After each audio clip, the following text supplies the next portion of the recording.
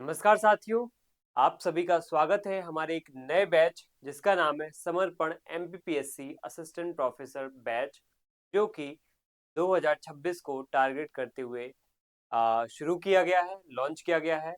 इसमें हम कहीं न कहीं जो मध्य प्रदेश में होने वाला असिस्टेंट प्रोफेसर एग्जाम है, उसको बहुत ही गहराई से बहुत डेप्थ में पढ़ने वाले हैं।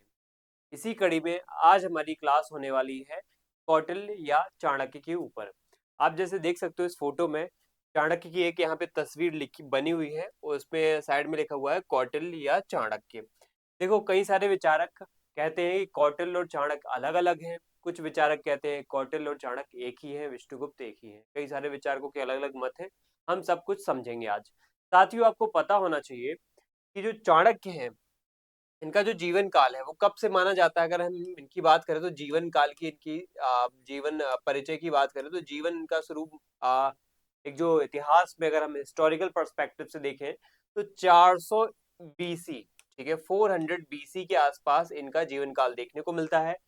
400 ईसा पूर्व के आसपास इनका जीवन काल देखने को मिलता है। यहाँ पे बताया जाता है कुछ किंवदंतियां हैं, कुछ यहाँ पे ऑथेंटिक सोर्सेज भी हैं, चाहे बौद्ध ग्रंथ बातें अलग अलग जो उसमें लिखी हुई हैं, जैन ग्रंथों में अलग अलग जो बातें लिखी हुई हैं, और अलग अलग जो हमारे जो हिंदू धर्म के अलग अलग साहित्य उनमें अलग अलग जो बातें लिखी हैं, जैसे मुद्र राक्षस हो गई है। तो उनके आधार पे हम यहाँ पे कुछ बातें पता चलती हैं चाणक्य के बारे में कि इनका बचपन जो है वो कहीं न कहीं यहाँ पे तक्षशिला के अंतर्गत देखा जाता है। तक्षशिला के एक ब्राह्मण परिवार में इनका जन्म होता है। चाणक्य का जो बौद्धिक विकास है, पढ़ाई-लिखाई है, वो कहीं न कहीं तक्षशिला के अंतर्गत देखा जाता है। जब ये इनका जन्म होता है तो एक ब्राह्मण परिवार में इनका जन्म होता है, तो ब्राह्मण परिवार होने की वजह से इनकी पढ़ाई-लिखाई काफ़ी हद तक बचपन में बहुत अच्छी हो जाती है। इनका पढ़ाई-लिखाई में रुझान भी अच्छा रहता है, पढ़ने-लिखने में बहुत आगे भी थे, तेज भी थे, ठीक है। बचपन में इनकी किंवदंती है कि जब इनका जन्म हुआ था तो इनकी माता ने देखा कि जन्म के साथ ही इनके कुछ दाँत हैं, कुछ दाँत यहाँ पे निकल चुके हैं या निकल आए हैं। तो कई सारे ज्योतिषियों ने इस बात को इस तरीके से संकेत दिया कि ये जो बच्चा है ये आगे जाकर के कुछ न कुछ बड़ा करेगा या कुछ न कुछ बड़े स्तर पे पहुंचेगा, राजा या प्रशासक जरूर बनेगा। तो ऐसे में उनकी जो माड है या जो इनकी मदर है, जो इनकी माता श्री है, वो यहाँ पे डर जाती है कि हमारा जो पुत्र है वो इस तरीके से अगर राजा या प्रशासक बनेगा तो हमारा जो एक वर्ण व्यवस्था का एक जो कल्चर होता है वो होता है ब्राह्मण का क्या कार्य होता है मुख्य रूप से कि पुरोहित वाला काम, पुरोहित वाले कार्य में क्या करना, इन्वॉल्व रहना, उस कार्य को पहली प्रायोरिटी देना, ना कि यहाँ पे क्षत्रियों वाले कार्य यानी प्रशासक वाले काम, सेना वाले काम या राजा वाले काम में इन्वॉल्व होना। तो यहाँ पे उनकी माता डर जाती है और कहीं न कहीं यहाँ पे खुद जब चाणक्य को ये कहीं न कहीं अनुभूति होती है, जब वो बड़े हो जाते हैं, तो वो खुद अपने कहीं न कहीं इस तरीके से माँ को आश्वासन देने के लिए उन दांतों को तोड़ देते हैं कि माँ, अगर आपको कहीं न कहीं इस बात से या मेरे इस तौर तरीके से थोड़ा भी आपको अगर शक हो रहा है, ज्योतिषी ने जो कहा है कि मैं अगर आगे जाकर के राजा या कुछ प्रशासक बन जाऊँगा, तो मैं खुद ही आपको वचन देता हूँ कि ऐसा कुछ भी नहीं होने वाला है।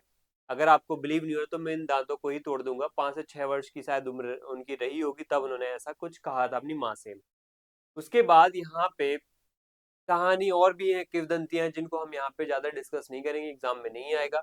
हम यहाँ पे एक बात डिस्कस करेंगे जो बहुत ज़्यादा फेमस है, वो है अपमान की घटना। कौटिल्य के साथ दिक्कत ये थी कि वो बहुत ज़्यादा क्या थे, जुझारू थे, स्वाभिमानी व्यक्ति थे और बहुत ज़्यादा ज्ञान उनके अंदर देखने को मिलता है। कौटिल्य के साथ ये हुआ था कि जब उत्तर पश्चिमी सीमांत प्रदेश जैसे तक्षशिला हो गया है, जैसे यहाँ पे अगर हम बात करें तो पंजाब वाला प्रोविंस हो गया है, ठीक है, तो पंजाब वाला राज्य हो गया है, क्षेत्र हो गया है, वहां पे कहीं ना कहीं क्या देखा जाता है, एक बहुत बड़ी समस्या देखी जाती है, सिकंदर का आक्रमण। सिकंदर का आक्रमण यहाँ पे देखा जाता है तो ऐसे में सभी चिंताग्रस्त हो जाते हैं तक्षशिला के रीजन के लोग। जैसे आप भारत में आप जाओगे तो भारत का ये जो नॉर्थ वेस्ट फ्रंटियर वाला इलाका है, इधर साइड क्या था, सिकंदर का आगमन हो रहा था, यहाँ से सिकंदर का आगमन हो रहा था, उसके सेनापतियों का आगमन हो रहा था। तो ऐसे में यहाँ पे भारत का ये जो तक्षशिला वाला क्षेत्र था, यहाँ पे एक असमंजस की स्थिति हो गई थी कि अब भारत इस क्षेत्र पे क्या यूनानियों का कब्जा हो जाएगा, क्या क्या सिकंदर का कब्जा हो जाएगा जिसने पूरी दुनिया जीत ली है। तो ऐसे में यहाँ पे एक बहुत ही तेजस्वी व्यक्ति वो थे चाणक्य, कौटिल्य वो जाकर के यहाँ पे पाटलिपुत्र के में जाकर के नंद वंश के ताकतवर राजा जिसका नाम था घनानंद, उससे गुहार लगाते कि आप यहाँ पे हमारी मदद कीजिए, क्योंकि यहाँ पे यूनान की एक बहुत ही खतरनाक आक्रांता या फिर आक्रमणकारी सिकंदर का आक्रमण हो रहा है हमारे भारत के इस क्षेत्र में, तो आप यहाँ पे हमारी रक्षा कीजिए। तो इस तरीके से यहाँ पे जो है इनका सजेशन, इनका सुझाव नंद वंश के राजा घनानंद को पसंद नहीं आता है, तो वो यहाँ पे क्या कर देते हैं, इनकी बेइज्जती कर देते हैं, इनका अपमान कर देते हैं घनानंद। इनका तक्षशिला के यहाँ पे जो ये पुरोहित थे चाणक्य कौटिल्य, इनका अपमान कर देते हैं। चाणक्य कहीं ना कहीं यहाँ पे तक्षशिला यूनिवर्सिटी जो थी, तक्षशिला विश्वविद्यालय, तो वहाँ पे अध्ययन अध्यापन का काम भी करते थे, तो उनका स्तर काफी अच्छा हो चुका था। जब ये ऐसा करते हैं तो उनको भी बुरा लगता है। एक किंवदंती और है कि यहाँ पे घरन ने उनका मजाक इसलिए उड़ाया था क्योंकि वो थोड़ा सा दिखने में काले थे, उनका क्रूप चेहरा था, तो इस वजह से वो उस क्रूपता को उन्होंने कहीं ना कहीं ज्यादा आइडेंटिफाई किया, ज्यादा नोटिस किया, उनके ज्ञान को नोटिस कम किया, उनके उनके जो है आंतरिक जो महत्व, आंतरिक गुण है उनको ना देख करके उन्होंने बाहरी गुणों को देखा, बाहरी शरीर को देखा, बाहरी तौर तरीके को देखा, उनकी भिक्षुक प्रवृत्ति को देखा, उनके शरीर के रंग को देखा। तो जिस वजह से यहाँ पे चाणक्य समझ गए कि ये जो घनानंद है ना, इसकी बुद्धि जो है, बुद्धिमत्ता कितने निम्न स्तर पे है, ये मेरी बात को कभी नहीं समझ सकता, इसकी जो है स्थिति जो है वो मेंटेलिटी जो है बहुत ही कहीं ना कहीं बुरी स्थिति में है। ऐसे ऐसे शासक को, ऐसे प्रशासक को कहीं ना कहीं कोई भी प्रकार का सुझाव देना कहीं ना कहीं क्या है, टाइम वेस्टिंग है या फिर समय की बर्बादी है। तो वो घनानंद की इस बात को, इस उपहास को, इस अपमान को बहुत सीरियस लेकर के यहाँ पे अपनी शिखा को खोल देते हैं और यहाँ पे एक शपथ लेते हैं कि मैं ये शिखा तब तक नहीं मानूंगा जब तक कि इस नंद वंश का समूल विनाश नहीं कर देता। तो ये कहानी आपको पता होना चाहिए। अब जब ये अपमान की घटना हो जाती है तब वो वापस लौट रहे होते हैं तक्षशिला, तभी उनको यहाँ पे एक व्यक्ति मिलता है, बच्चों के साथ एक व्यक्ति खेल रहा होता है, व्यक्ति कहें उसको बच्चा ही कहेंगे, किशोरावस्था में, कुछ किशोरावस्था में जो सभी लड़के लड़कियां हैं सब खेल रहे थे। यहाँ पे एक गेम खेला जा रहा था, खेल का नाम था राजकिलम या राजकियम, दो यहाँ पे नाम जनरली आपको देखने को मिलेंगे, राजकियम या राजकिलम। ठीक है, तो ये जो है राजकियम खेल, ये खेल ये होता है कि इसमें एक राजा बनता है और बाकी सब उसके उत्तराधिकारी या फिर अलग अलग जो है मंत्रीगण बनते हैं। तो यहाँ पे एक व्यक्ति या एक किशोरावस्था का एक जो लड़का है वो यहाँ पे क्या बना हुआ था, राजा बना हुआ था। उसके तौर तरीके, उसकी स्किल्स को देखते हुए, उसके काम, उसके नेतृत्व क्षमता को देखते हुए, उसकी शैली को देखते हुए यहाँ पे चाणक्य प्रभावित हो जाते। जरूरी खेल खेल में जैसा भी खेल रहा है, लेकिन खेल खेल में जिस तरीके से हैंडल कर रहा है चीजों को, जिस तरीके से समझ रहा है चीजों को, वो बहुत ही क्या है, बहुत अल्टीमेट लेवल का है। तो यहाँ पे इंप्रेस हो जाते हैं इस व्यक्ति से और चाणक्य उस राज गेम खेलते हुए बच्चे को यहाँ पे नोटिस करते हैं। उसका नाम क्या था, चंद्रगुप्त था, वही चंद्रगुप्त जो चंद्रगुप्त आगे जाकर के राजा बनेगा। तो ये राज गेम खेलते हुए इस लड़के को वो नोटिस कर लेते हैं, इसकी नेतृत्व क्षमता, इसके स्किल्स को वो नोटिस कर लेते हैं, इसकी अलग अलग जो बोलने की शैली है जो राजा के अंदर होना चाहिए, बोलने की शैली, इस किशोरावस्था में इतने अच्छे से, इतनी मजबूती से साथ अपने बात रखता है, तो यहाँ पे ये इम्प्रेस हो जाते हैं। नेतृत्व जो कौशल है, क्षमता है, बोलने की शैली है, प्रबंधन की शैली है, किस तरीके से वो प्रबंधन कर रहा है वहां पे उस खेल के अंतर्गत, तो ये काफी ज्यादा क्या है, आगे जाकर के सफल होने वाला एक प्रशासक बन सकता है या सिद्ध हो सकता है। तो उसको वो क्या करते हैं, उसके माता पिता से बात करते हैं चंद्रगुप्त मौर्य की, और उसको बोल देते हैं यहाँ पे कि आपको यहाँ पे पढ़ना लिखना चाहिए, आगे बढ़ना चाहिए। तो वो उनके माता पिता को आश्वासन दे करके उनकी पढ़ाई लिखाई के लिए अपने साथ तक्षशिला वापस ले जाते हैं। तक्षशिला वापस ले जाएंगे चंद्रगुप्त मौर्य को, वहां पर वो शिक्षा दीक्षा, पढ़ाई लिखाई और युद्ध कौशल, कला वगैरह सबकी एक पूरी पूरी जानकारी देते हो, सब में निपुण कर देते हो उनको।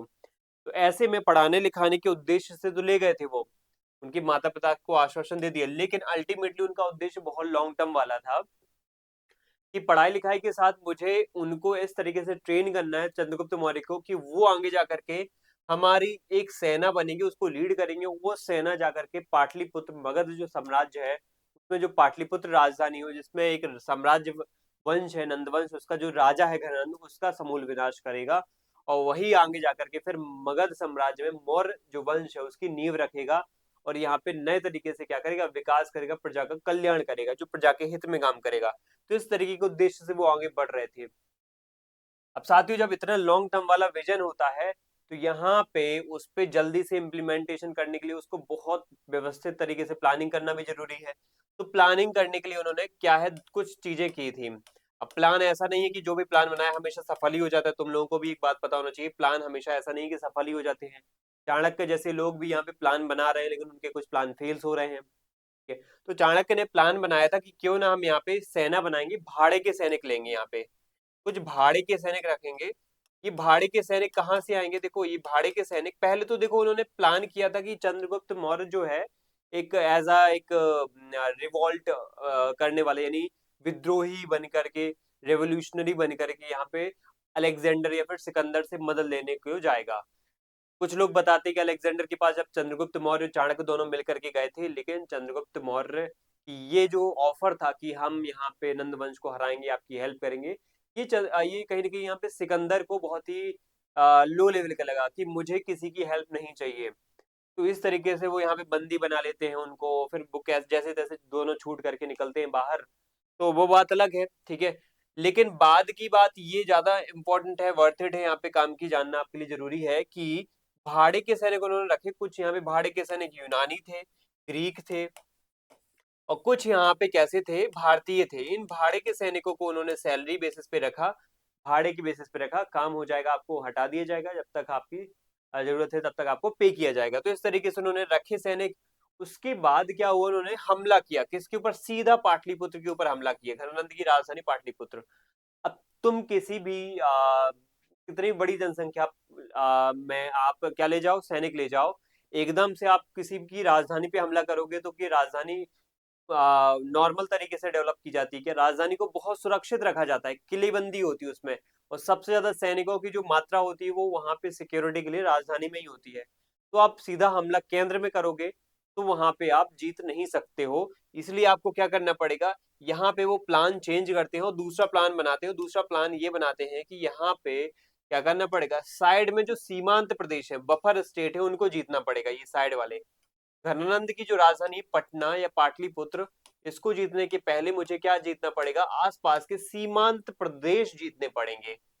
अगर मैंने ये सीमांत प्रदेश जीत लिए तब जाकर के क्या हो जाएगा, आसानी से ये सीमांत प्रदेश जाकर के मेरे अंडर में आ जाएंगे। चाणक्य सोचता है या चंद्रगुप्त की लीडरशिप में ये सोचता है कि अगर हमने धीरे धीरे सीमांत क्षेत्रों को कब्जा कर लिया, साइड साइड वाले क्षेत्रों पे कब्जा कर लिया, तो वो हमारे अंडर आ जाएंगे, उनके सैनिक हमारे अंडर आ जाएंगे, उनकी जो आर्थिक स्थिति है वो उस पर कंट्रोल करेंगे, टैक्स से पैसा आ जाएगा, रसद मिल जाएगी, बहुत सारा फायदा होगा। तो ऐसे में हम यहाँ पे साइड वाले राज्यों पे कब्जा करते हैं।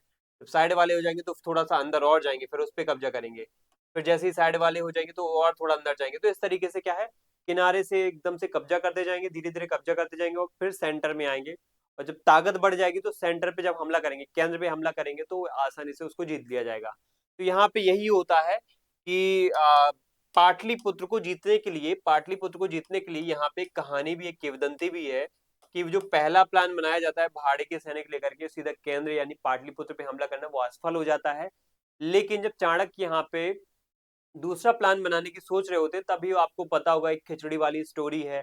खिचड़ी में ये रहता है कि एक माँ जो है अपने बच्चे को यहाँ पे खिला रही होती खिचड़ी। अब प्लेट में खिचड़ी रखी हुई है, ठीक है, आपको पता है खिचड़ी ये रखी हुई है। अगर आप सीधा हाथ यहाँ पे डाल दोगे, गर्म होती है खिचड़ी, तो आपको हाथ जल जाएगा। जरूरत इस बात की है कि अगर आप साइड में यहाँ पे थोड़ा सा आप बाइट उठाओगे, थोड़ा सा हिस्सा उठाओगे, उसका इतना सा हिस्सा उठाए तो ये ठंडा हो जाता है। साइड में क्या होता है, ठंडा ठंडा हिस्सा हो जाता है, जल्दी ठंडा हो जाता है। तो आप इस तरीके से यहाँ पे हिस्से पे थोड़ा सा हाथ अगर टच भी करोगे, इसको छुओगे भी, तो इतना गर्म नहीं लगेगा, आप आसानी से इसको उठा सकते हो, खा सकते हो। जैसे ये खा लिया आपने तो फिर थोड़ा सा अंदर और जाकर के फिर उसको खाओ, फिर जैसे ये खा लिया तो फिर थोड़ा सा अंदर जाके और इसको खाओ, फिर इसको खाओ। इस तरीके से आगे बढ़ना है। ये चीज क्या है, चाणक्य नोटिस करते हैं, समझते हैं और आगे बढ़ते हैं। यही उन्होंने पाटलिपुत्र के साथ किया। पाटलिपुत्र जो केंद्र में है उस पे हमला सीधा ना करके सीमांत क्षेत्रों को जीतेंगे। उसके बाद पाटलिपुत्र यानी केंद्र पे हमला करके नंद वंश का समूल विनाश करेंगे। ठीक है, तो गलती जब समझी उन्होंने, तो गलती समझ करके सीमांत राज्यों पे हमला करके उन्होंने केंद्र पे हमला करके क्या कर दिया, पाटलिपुत्र को जीत लिया। अब उनको मिल गई है सफलता। पाटलिपुत्र जीतने के बाद उनको मिल जाती है सफलता। अब सफलता के बाद अल्टीमेटली होगा क्या, यहाँ पे वो क्या करेंगे, चंद्रगुप्त जो उनके साथ ही व्यक्ति थे या जो व्यक्ति उन्होंने हायर किया था, जिसको उन्होंने खरीदा था या उसके माता पिता से प्राप्त किया था उनके माता पिता से, उस चंद्रगुप्त को वो राजा घोषित कर देते हैं। यहाँ पे आपको पता होना चाहिए, चंद्रगुप्त को राजा घोषित कर दिया जाता है। ये चंद्रगुप्त मौर्य जो है ना, मौर्य साम्राज्य की स्थापना करते हैं। कहाँ पर? मौर्य साम्राज्य की स्थापना करते हैं कहाँ पर? मगध में। और राजधानी वही पाटलिपुत्र ही रहती है। पाटलिपुत्र आपको पता होना चाहिए। तो ये यहाँ पे इस तरीके की कहानी आगे बढ़ती है। इस तरीके से वो कब्जा कर लेते हैं यहाँ पे पाटलिपुत्र पे। और बताया जाता है 321 बीसी में, 321 बीसी में यहाँ पे पाटलिपुत्र में मौर्य साम्राज्य की स्थापना हो जाती है। ठीक है, पाटलिपुत्र में 321 बीसी में मौर्य साम्राज्य की स्थापना हो जाती है, हमने समझ लिया। ठीक है, अब बात आगे आती है कि इसके बाद क्या। ठीक है, इसके बाद क्या, जब मौर्य साम्राज्य स्थापित हो जाता है तो इसके बाद आगे क्या हमारी कहानी में आएगा। ठीक है, इसके बाद आपको एक बात बहुत अच्छे से पता ये होना चाहिए कि जब चाणक्य जैसे लोग यहाँ पे क्या कर रहे थे, धीरे धीरे सत्ता स्थापित कर रहे थे, तो थोड़ा सा एक कॉन्टेक्स्ट या फिर हम कहेंगे टर्निंग पॉइंट ये आता है कि जब नंद वंश को यहाँ पे खत्म किया गया था। ठीक है, जब नंद वंश को यहाँ पे खत्म किया जाता है, नंद वंश को, तो नंद वंश में ऐसा तो है नहीं कि नंद वंश को खत्म कर दिया, मतलब नंद वंश में घनंद को खत्म कर दिया तो नंद वंश का समूल विनाश हो गया। नंद वंश के कुछ सपोर्टर भी होंगे, समर्थक भी होंगे, उनका सफाया करना जरूरी है। तो देखो, चाणक्य इतना यथार्थवादी, इतना ज्यादा शक्ति को महत्व देने वाला व्यक्ति था, इतना ज्यादा क्रूरतम बताया जाता है, कुछ थिंकर्स बोलते हैं इतना क्रूरतम यथार्थवादी विचारक था, जिसने किसी प्रकार की दया नहीं बढ़ती ही यहाँ पे नंदवंश के समर्थकों के प्रति। एक एक को उसने कहीं ना कहीं मरवा दिया, हत्या करवा दी उसने। लेकिन उनमें से एक व्यक्ति ऐसा था जिसको चाणक्य कहीं ना कहीं पसंद करता था, और जो सबसे खतरनाक साबित हो सकता था, वो था राक्षस नाम का एक मंत्री। उसका नाम ही था राक्षस नाम का मंत्री, महामंत्री था उनका। किन का महामंत्री था ये? अब देखो, ये महामंत्री नंद वंश का था। ठीक है, किनका महामंत्री था ये? नंद वंश का महामंत्री था। नंद वंश में घरनंद का महामंत्री या फिर प्रधानमंत्री हम कह सकते हैं इसको। अब ये इतना एग्रेसिव था, इतना एडवांस था, इतना टेक्निकली नॉलेज इसको बहुत ज्यादा था, रणनीति बनाने का, इसको टैक्टिक्स स्ट्रेटेजीज बनाने का। तो ये बहुत बड़ा रणनीतिकार भी था। राक्षस नाम का एक जो व्यक्ति था, रणनीतिकार। ठीक है, रणनीतिकार भी था, कुशल भी था, कुछ मामलों में कुशल कैसे, अलग अलग योग्यताएं थी इसके पास। सैन्य कुशलता, सैन्य योग्यता। ठीक है, और इसके पास युद्ध कला का बहुत ज्यादा नॉलेज था, सैन्य कला का नॉलेज था इसके पास। इसके साथ ही इसने जासूसी में भी बहुत ज्यादा महारत हासिल कर रखी थी। तो ये आगे जाकर के बहुत ज्यादा खतरा वाला काम हो सकता है। ठीक है, अगर इसको सीधा मरवा दिया तो ये इसके समर्थक कहीं ना कहीं, इसके जो शिष्य हैं, वो भी आगे जाकर के पनप जाएंगे। वो भी आगे जाकर के क्या करेंगे, या इसके बनाया गया जो ये पूरा ट्रैप है, इसके बनाया गया बिछाया गया जाल है, उस जाल से नहीं बचा जा सकता है। देखो, बुद्धिमान व्यक्ति ही दूसरे बुद्धिमान की क्या है, कद्र करता है, चाहे वो विरोधी ही क्यों ना हो। चाणक्य जानता था, चाणक्य बुद्धिमान था, और वो एक दूसरे उनके अपोनेंट जो राक्षस नाम का एक बुद्धिमान व्यक्ति था, वो जानता था कि जरूर इसको मरवा दिया जाएगा, तो ऐसा नहीं कि इसका ट्रैप खत्म हो जाएगा। ये इसने भयंकर भयंकर बहुत ही गहरे लेवल पे जाल बिछा रखे होंगे, तो इसको मारना उचित नहीं होगा। अगर इसको मारा तो जनता और भड़क जाएगी, ये तो होगा ही, क्योंकि ये जनता का चहेता भी था, कुछ मामलों में अच्छा भी था ये। और इसके जासूस बहुत खतरनाक थे, इसके गुण पुरुष बहुत खतरनाक स्तर पे क्या है, फैले हुए थे। दूसरा, इसके पास योग्य कुशलता थी, योग्यता थी, बहुत अच्छी सैन्य कला थी, इसके पास युद्ध कला थी, तो इसका यूज भी किया जा सकता है। तो ऐसे में इसको मारने से बजाय, मारना नहीं चाहिए इसको, मारने की बजाय इसको जीत लो। क्या कर लो, इसको जीत लो, इसको जीतना ज्यादा उचित है, इसका यूज करना ज्यादा उचित है, इसको उपयोग करना ज्यादा उचित रहेगा। तो चाणक्य यहाँ पे बहुत हद तक यहाँ पे अपनी टैक्टिक्स का यूज करके, यहाँ पे मुद्रा जो है, अंगूठी जो इसकी रहती है, उसको आधार मानते हुए इसको क्या करते हैं, यहाँ पे अपने वश में कर लेते हैं। बहुत सारी कहानियां हैं, उसमें नहीं जाएंगे।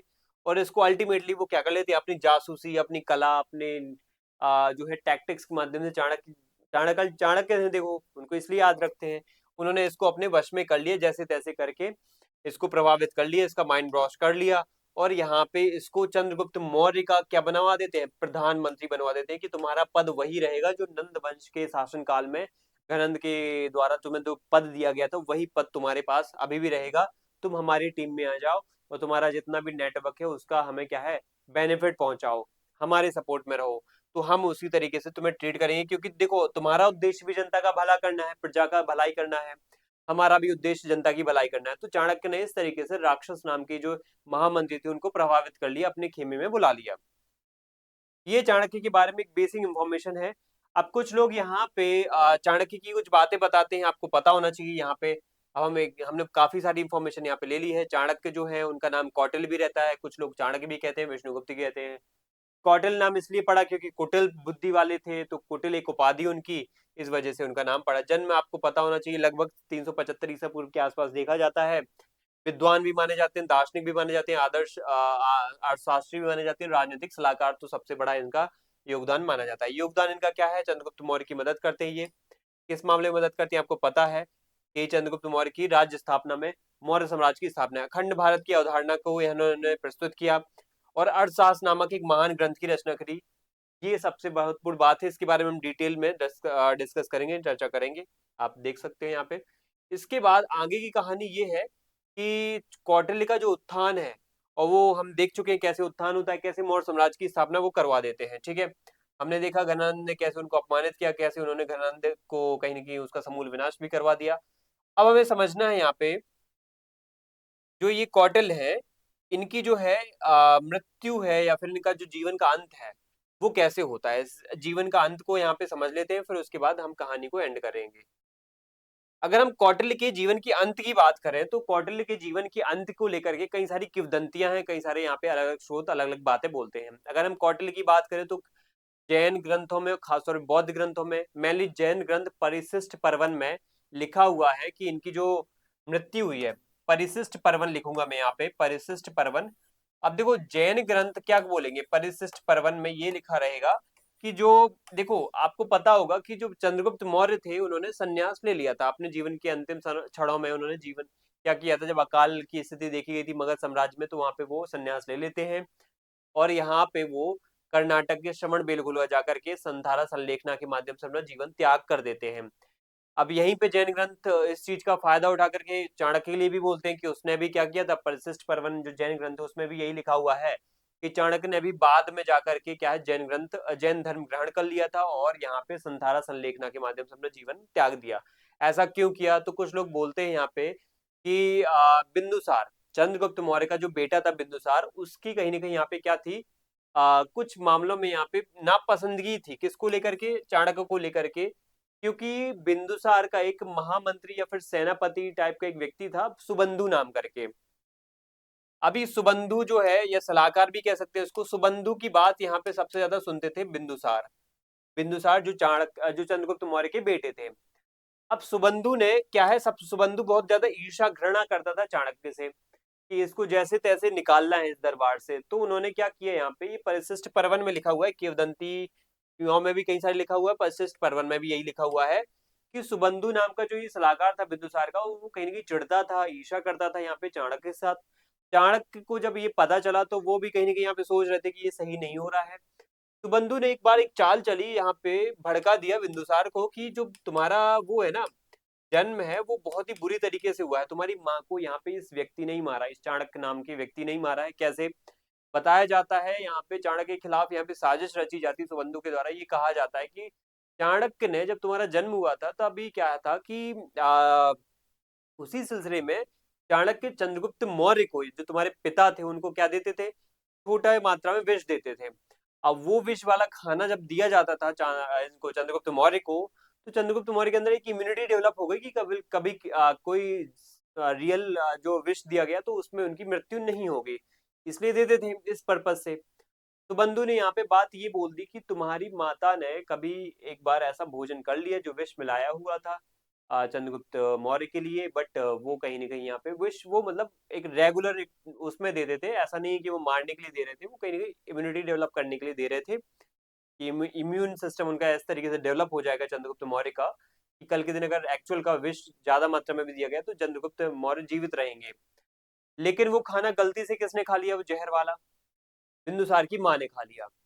तो सुबंधु यहाँ पे ये बोलते हैं कि बिंदुसार की माँ ने खा लिया, आपकी माँ ने खा लिया, तो ऐसे में अब आप कहीं ना कहीं आप गर्भ में भी थे उस वक्त, आपको बचाने के लिए कहीं ना कहीं यहाँ पे आपकी माँ को मार दिया जाता है। इसी व्यक्ति ने कहीं ना कहीं यहाँ पे साजिश रची, पहले आपकी माँ को मरवाया, फिर आपको यहाँ पे बचा लिया और अल्टीमेटली माँ के गर्भ को चीर करके आपको निकाला गया, जिस वजह से माँ की तो मौत हो गई लेकिन आप यहाँ पे बच गए। तो आपकी माँ का हत्यारा यही व्यक्ति। इस तरीके की बातें बोलकर सुबंधु यहाँ पे क्या करवा देते हैं उनको, अपमानित करवा देते हैं बिंदुसार के माध्यम से। वो इस अपमान को ज्यादा वो सह नहीं पाए, क्योंकि उनकी एज भी हो चुकी है, वो समझ चुके हैं यहाँ पे कि ये व्यक्ति को अब समझाने का कोई वक्त नहीं है। वो यहाँ पे राजपाट सब त्याग करके, अब मतलब जो भी है राजनीतिक काम सब त्याग करके, प्रशासनिक कामों को सब त्याग करके वो चले जाते वापस तक्षशिला, और वहां जाकर के जैन धर्म ग्रहण करते हैं, और संथारा के माध्यम से यहाँ पे अपने जीवन का त्याग कर देते हैं। ये परिशिष्ट पर्वन में लिखा है, आप समझ गए। कुछ लोग बोलते हैं कि यहाँ पे सुबंधु ने यहाँ पे ईर्ष्यावश यहाँ पे उनकी कुटिया में आग लगवा दी, जिस वजह से कुटिया समेत उनकी क्या है मृत्यु यहाँ पे हो जाती है, हत्या हो जाती है। तो ये बातें भी है। अब हमारे काम का नहीं है ये सब, लेकिन फिर भी मैंने एक कॉन्टेक्स्ट आपको समझा दिया है, बता दिया है कि क्या होना चाहिए, यहाँ पे क्या हुआ होगा, शायद ये कहानी है। अब हमारे लिए काम का ये है कि आखिर ये जो चाणक्य है और इनकी जो किताब है और इनकी जो रचना है, अर्थशास्त्र नाम की रचना है, जिसको हम क्या कहते हैं, अर्थशास्त्र कहते हैं, कि किताब कितनी फेमस है, इसी को लेकर के सबसे ज्यादा डिबेट होती है। जितनी खुद चाणक्य के ऊपर डिबेट नहीं होती, उतनी उनकी किताब, उनकी रचना अर्थशास्त्र को लेकर के होती है। क्योंकि अल्टीमेटली इनकी बातें जो है ना, वो खुद उन्होंने कहाँ लिखी है, अर्थशास्त्र में लिखी है। और वो इतनी रेडिकल है, इतनी क्रूर है, इतनी खतरनाक है कि अगर कोई भी व्यक्ति पढ़ेगा तो उसको लगेगा कि कोई मानवता नाम की चीज नहीं है, कोई नैतिकता नाम की चीज नहीं है। इतना एग्रेसिव, इतना रेडिकल कोई व्यक्ति, इतना क्रूर व्यक्ति कोई कैसे हो सकता है। और एक ऐसा प्राध्यापक जो क्या है बच्चों को पढ़ाता है, जो एक शिक्षण का काम करता है, वो ऐसे कैसे हो सकता है। ठीक है, कोई अगर सेनापति होता, कोई मंत्री होता, कोई सलाहकार होता तो हाँ सोच भी सकते थे, लेकिन एक शिक्षक इस तरीके की जो अप्रोच है वो रखेगा तो कैसे संभव है। इस तरीके की अप्रोच किस तरीके से शासन संचालन करेगा। तो कुछ विद्वान कहते हैं अर्थशास्त्र इसके द्वारा लिखी गई किताब नहीं है, अर्थशास्त्र एक स्कूल ऑफ थॉट है। अर्थशास्त्र क्या है, एक स्कूल ऑफ थॉट है, जो बहुत सारी विचारधाराओं का समूह है। अलग अलग विचारकों ने यहाँ पे इसमें शामिल की करी है चीजें, और सबका समष्टि यहाँ पे क्या कहलाती है, अर्थशास्त्र कहलाती है। कुछ लोग यहाँ पे जो भारतीय विचारक हैं, नेशनलिस्ट हैं, राष्ट्रवादी विचारक हैं, वो कहते हैं, आधुनिक राष्ट्रवादी विचारक वो कहते हैं नहीं, अर्थशास्त्र भारतीय जो प्राचीन विद्वान है इनकी कौटिल्य की रचना है, उनकी अकेली रचना है, किसी और यहाँ पे विचारक का योगदान नहीं है। उसी के संदर्भ में आज हम डिस्कस कर लेते हैं यहाँ पे लास्ट कुछ बातें। सबसे पहले मैं कुछ बातें आपको बोलूंगा, दो कॉन्टेक्स्ट में हमें कौटिल्य की शख्सियत के बारे में पढ़ना पड़ेगा। अब हम यहाँ पे लिखेंगे कौटिल्य की शख्सियत। देखो कौटिल्य की अगर हम शख्सियत की बात करें तो कौटिल्य की शख्सियत जो है दो प्रकार से हमें देखने को मिलती है। ठीक है, कौटिल्य की जो शख्सियत है वो दो प्रकार से देखने को मिलती है। एक तो मिलती है यहाँ पे, कौटिल्य कैसे है, क्रूरतम यथार्थवादी है, ये क्रूरतम मैकियावेली है, वादी है। ठीक है, क्रूर मैकियावेली वादी। ओके, क्रूर मैकियावेली वादी, या फिर स्लैश करके आप यथार्थवादी भी लिख सकते हो। अब ये जो बात है ये किसने बोली है, जर्मन समाजशास्त्री है एक मैक्स वेबर, उन्होंने यहाँ पे ये बात बोली है, कोट की है मैक्स वेबर ने, कि जो व्यक्ति है ये कौटिल्य नाम के, ये एक ऐसे व्यक्ति हैं, जर्मनी के एक विचारक है मैक्स वेबर। इन्होंने एक बात ये बोली है कि ये व्यक्ति ऐसा है जो बहुत ही ज्यादा क्या है, एग्रेसिव है, बहुत ज्यादा रेडिकल है, क्रूर है। क्यों? अब इन्होंने तर्क क्या दिए, इन्होंने अपने तर्क दिए कि देखो ये गुण पुरुष की बातें करते हो, ये गुण पुरुष बहुत खतरनाक होते हैं, ये गुण पुरुष जाल बिछाते हैं। ठीक है, किसी को मारने के लिए जाल बिछाना, इनका मुख्य काम होता है जासूसी करना। ठीक है, जाल बिछाना, जासूसी करना, और ये सब करते क्यों है, जासूसी करना या जाल बिछाना, या फिर कहीं ना कहीं किसी की हत्या करना, सब का सब किस लिए करते हैं, राज्य के विकास के लिए, राज्य के हित के लिए, नेशनल इंटरेस्ट या स्टेट के इंटरेस्ट के लिए करते हैं।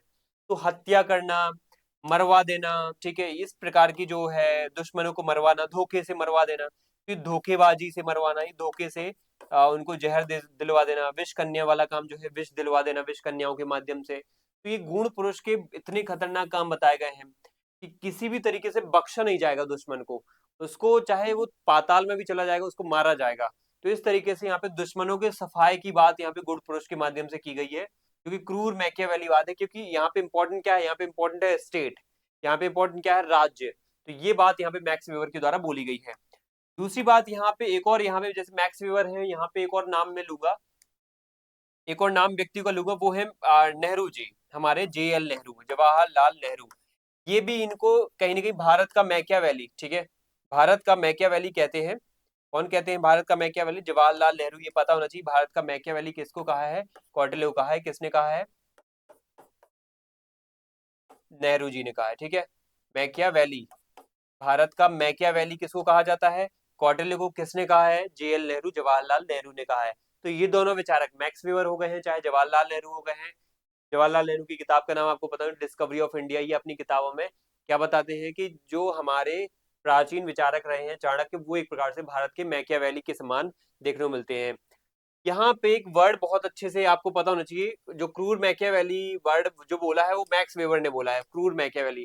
ट्रूली रूथलेस वर्ड यूज किया है इन्होंने, truly ruthless, truly ruthless. Ruthless मतलब बिल्कुल निर्दयी, पूर्णतः निर्दयी, पूर्णतः निर्दयी प्रकार का एक विचारक है, पूर्णतः निर्दयी, जिसके अंदर दया भाव बिल्कुल होता ही नहीं है, जो सिर्फ क्या करता है? हत्याएं, जो सिर्फ दुश्मनों की क्या है? वध करने, धोखे से मारने की बिल्कुल प्लान हमेशा बना के रखता है, अपनी पूरी प्लानिंग करके साथ में रखता है। तो इस प्रकार की इन्होंने बातें बोली हैं। अब आती है बात यहाँ पे अगले पॉइंट की, कि मैकियावेली की शख्सियत, कुछ लोग तो उनको बहुत ज्यादा निगेटिवली प्रेजेंट करते हैं, ठीक है, लेकिन यहाँ पे कुछ विचारक, यहाँ पे ऐसे मैं नाम बताऊंगा जिनको यहाँ पे भारतीय रूप से यहाँ पे समझा जाता है। वो कौटिल्य को क्या बोलते हैं? कौटिल्य की यहाँ पे शख्सियत को किस तरीके से दिखाते हैं? कौटिल्य की शख्सियत यहाँ पे उन्होंने दिखाई है बहुत ही पॉजिटिव वे में। ठीक है, पॉजिटिव वे में कैसे? कौटिल्य को बताते हैं कि कौटिल्य यहाँ पे कैसा है? निर्दयी नहीं है, नैतिक है। कौटिल्य यहाँ पे नैतिक है। ठीक है, एक बात इन्होंने नैतिक की बोली। कौटिल्य यहाँ पे दार्शनिक है। ठीक, कौटिल्य यहाँ पे दार्शनिक है। कौटिल्य यहाँ पे कैसे? नैतिक है, दार्शनिक है, राष्ट्र प्रेमी है। ये बात बहुत अच्छे से लोगों ने समझाई है।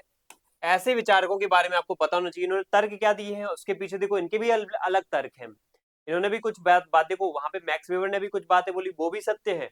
जवाहरलाल नेहरू ने भी जो बातें बोली गुड़ पुरुष को लेकर के, दुश्मनों की हत्या लेकर के, धोखे से मारने को लेकर के, तो वो भी सत्य है। क्रूरतम यथार्थवादी, क्रूरतम ये मैकियावेलीवादी भी है। लेकिन अब बात आती है नैतिकता होने की, दार्शनिक होने की, या फिर राष्ट्र प्रेमी होने की, कहीं ना कहीं व्यवहारिक होने की, व्यवहारिक होने की। तो इन्होंने एक बात ये बोली है कि देखो कौटिल्य जो है ना, मैकियावेलीवादी नहीं है, यथार्थवादी नहीं है, उसको सिर्फ शक्ति नहीं चाहिए, उसको व्यवहारिकता पे जीना है। वो वास्तविकता पे जीने वाला व्यक्ति है। वास्तविकता क्या है? उस जमाने की वास्तविकता क्या है? उस जमाने की वास्तविकता क्या है? मत्स्य न्याय। अगर मत्स्य न्याय को खत्म नहीं किया जाएगा तो बड़ी मछली छोटी मछली को खा जाएगी।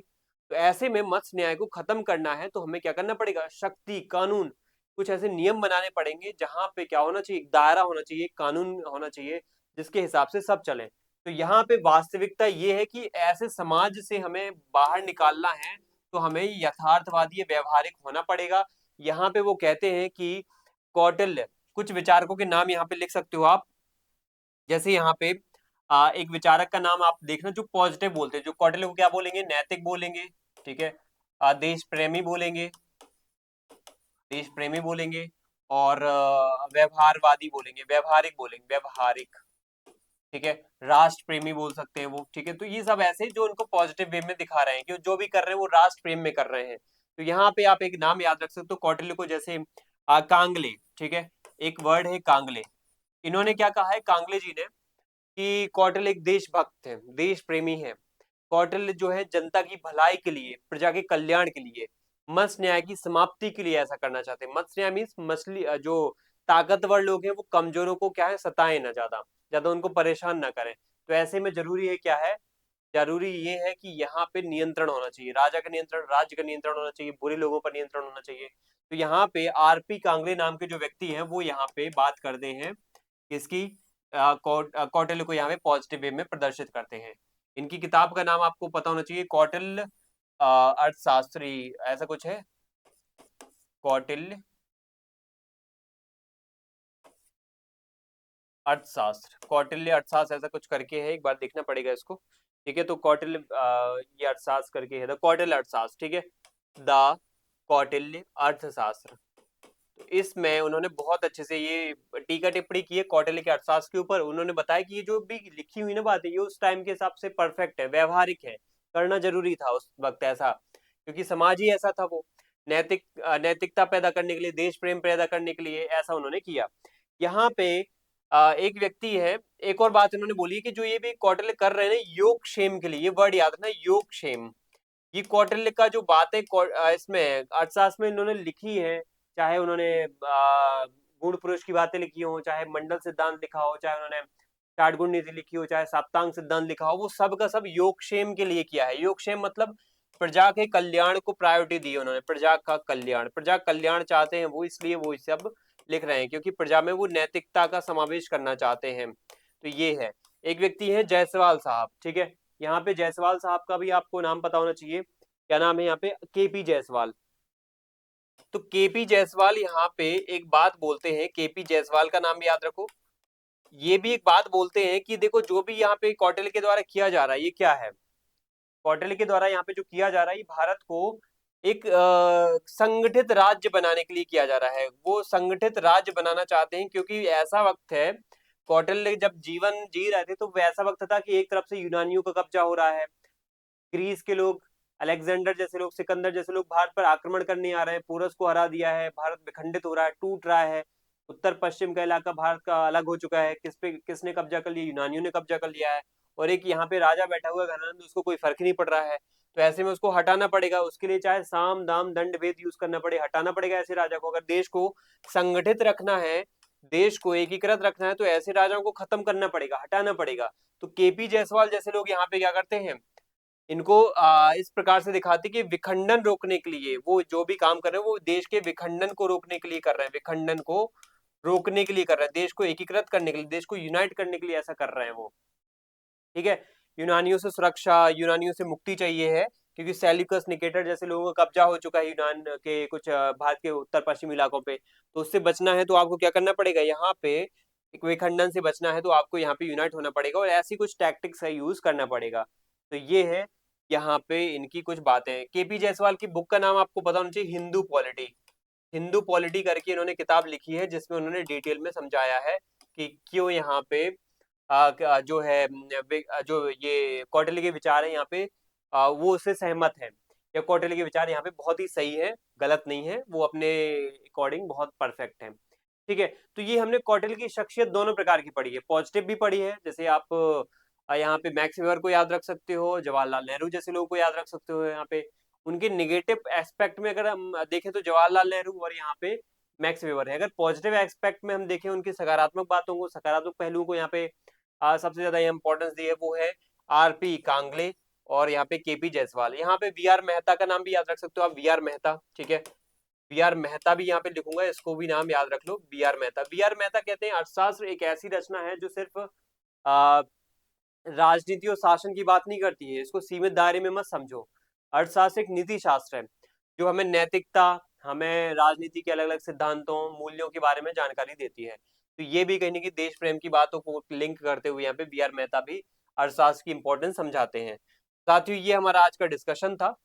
इसी के साथ आगे का डिस्कशन हम कौटिल्य की, अब हम क्या करेंगे, कौटिल्य की जो अर्थशास्त्र है किताब है, उस किताब के बारे में समझें कि इस किताब में आखिर है क्या, इस किताब में आखिर है क्या, इस किताब को लेकर के अलग अलग लोग क्या सोचते हैं, अलग अलग विद्वान क्या सोचते हैं। जैसे मैं अगर बात करूं तो ट्रॉटमैन हो गया, कीथ हो गए हैं, रोमिला थापर हो गए हैं, इन सब लोगों के अलग अलग विचार हैं। ये लोग अलग अलग तरीके से क्रिटिसाइज करते हैं अर्थशास्त्र कितनी रेडिकल है, कितनी एग्रेसिव तरीके से यहाँ पे यथार्थ रियलिस्टिक अप्रोच को लेकर चलती है, बैलेंस ऑफ पावर की बात करती है। किसने बैलेंस ऑफ पावर की बात की है, किसने यहाँ पे स्कूल ऑफ थॉट बोला है, किसने इसको व्यक्तिगत एक इंडिविजुअल एक लेखन बोला है। तो यहाँ पे हम कौटिल्य की जो लेखन की शैली है, या लेखन की जो उन्होंने गतिविधियां की हूँ, उसके ऊपर अलग अलग लोगों के कमेंट है, उनको डिस्कस करेंगे। चलिए यहाँ पे क्लास को अब एंड करते हैं। थैंक यू आप सभी को, जय हिंद।